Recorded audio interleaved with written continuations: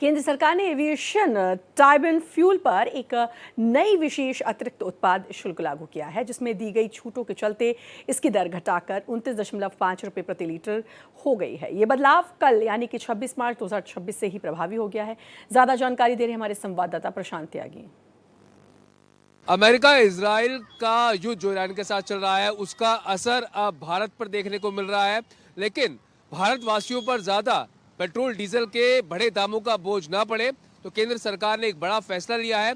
Excise duty को petrol और diesel पर 10-10 रुपए कम कर दिया गया है।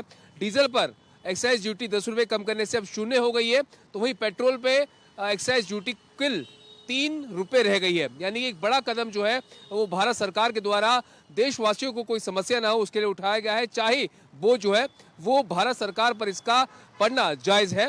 इसी के साथ साथ एविएशन मिनिस्ट्री ने भी एक बड़ा कदम यहाँ पे उठाया है। टर्बाइन फ्यूल जो होता है उसमें एडिशनल एक्साइज ड्यूटी को घटा दिया गया है। आपको बता दें कि पहले 50 रुपए के आसपास जो है वो एक्साइज ड्यूटी हुआ करती थी। जो टर्बाइन फ्यूल है, एविएशन टर्बाइन फ्यूल, उसको घटाकर अब 29 रुपये 5 प्रति लीटर कर दिया गया है। और ये जो नया नियम है वो 26 मार्च 2026 से ही लागू हो चुका है। और बता दें कि एटीएफ एयरलाइंस के लिए सबसे बड़ा खर्च होता है, इसलिए टैक्स में बदलाव सीधी उनकी लागत पर असर डालता है।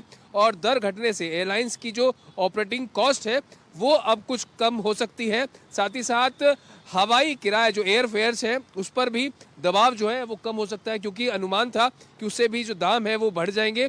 एविएशन सेक्टर को बड़ी राहत इससे मिल सकती है।